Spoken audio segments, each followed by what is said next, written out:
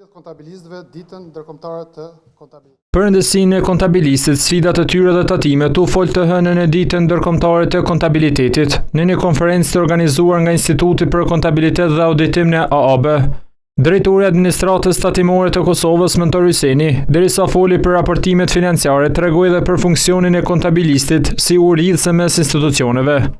Kontabilisti ka për detyrë të rritë besimin tek institucionet publike për raportimin financiar që bëjnë institucionet private. Zëvendës drejtori ATK-s tha se ndër vite është rritur besimi nga tatimpaguesit e sipas tij ka shkas.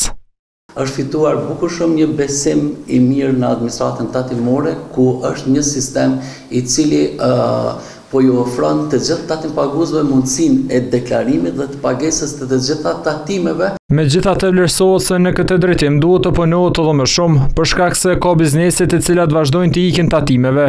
Është krijuar një përcaktim publik se të shmangësh tatimet është devijantësi dhe është trajtuar si akt patriotik. Fatkeqësisht, ai me drejtë neve ne ka përcjell disa vite pas luftës, pas vitit 99 dhe ndoshta mund të gjejmë edhe sot, dhe sigurisht që ka edhe sot. Në anën tjetër, avokati Florim Lata tregoi vështirësitë me të cilat po përballen kontabilistët.